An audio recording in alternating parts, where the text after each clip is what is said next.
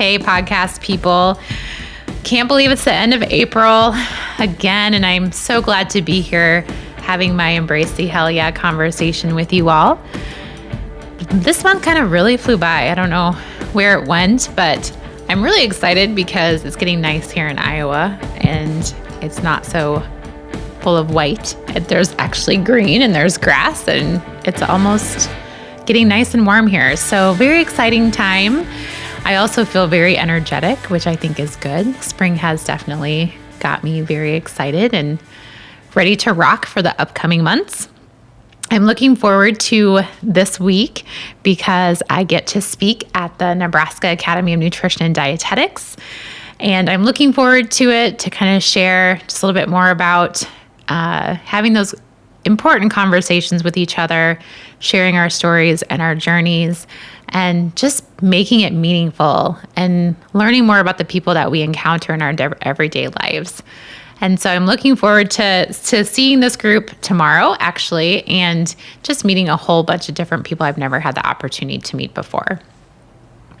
I also loved all my podcast guests this past month.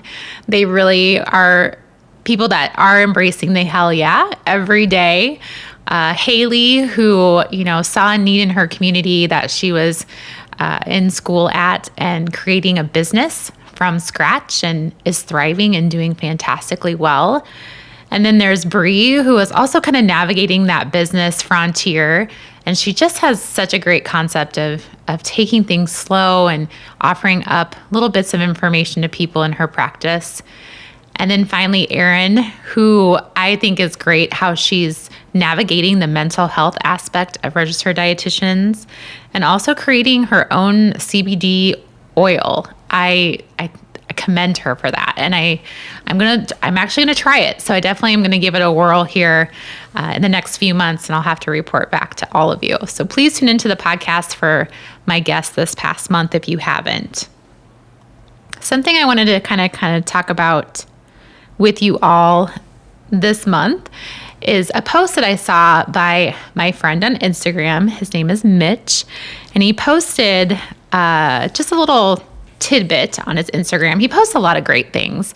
So if you haven't ever, it's Fit by Mitch is his handle, and he posts a lot of great informational, clinical kind of things for dietitians to learn. I always learn so much from him. I think he was posting on some B vitamins this past week, but he posted a little tidbit that said, you don't need to become an entrepreneur to enjoy your life.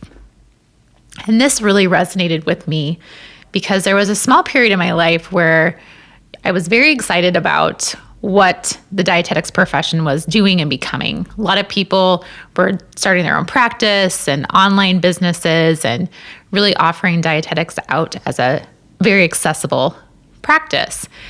And then as time kind of grew on, I think maybe it's just what I've noticed, but very much a lot of saturation with dietitians needing to have their own business and creating this online space and not working a full-time job and not having a job or not possibly having a happy life if you don't become an entrepreneur.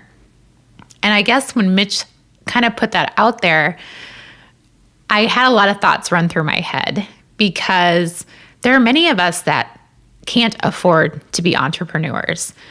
I am a one-woman show. I don't have a significant other or a spouse that helps support me financially. And so for me to support myself, I have to work a job. And I like to work a job. I like the security of having a scheduled paycheck so I can go and do a lot of other things that I enjoy besides my job, which does involve being a dietitian. This podcast, I don't do it for money. I don't want to get paid. My blog posts, my book, it's just things that I'm passionate about that also help me to be a better dietitian in my job. I like the security and the people that I surround myself with at my job. I feel like it helps me grow. It helps me be around other individuals outside of my profession that helps me be a better person. And not saying being an entrepreneur is a bad choice, but it's just not for everybody. And it's definitely not for me. Also, I have to have health insurance, and I like that ability to have that provided through my employer. I like that security. I like to have a retirement fund. Those are the things that I do enjoy about being employed. But I also more enjoy the network of people that I have at my job.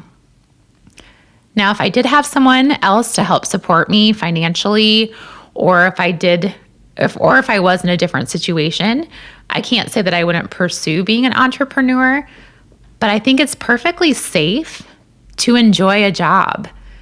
You can be happy at any place of employment as a registered dietitian. There isn't any end-all be-all of being a dietitian and having to be an entrepreneur or business owner.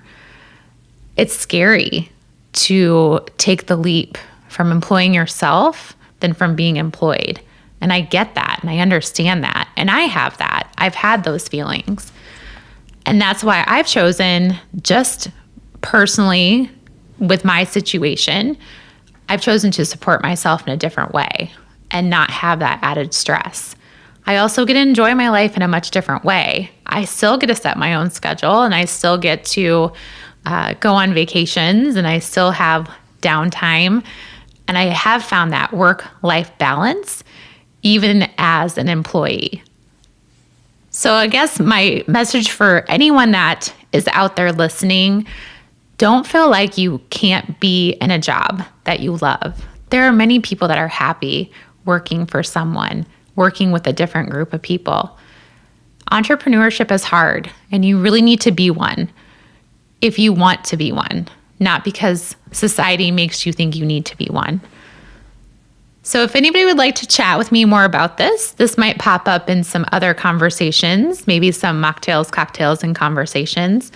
But I'm here to support anyone to just do what they love, be the dietitian they want to be, and whatever form that takes, then just do that. Do what makes you happy, because that's the most important thing at the end of the day. I'll see you all in May.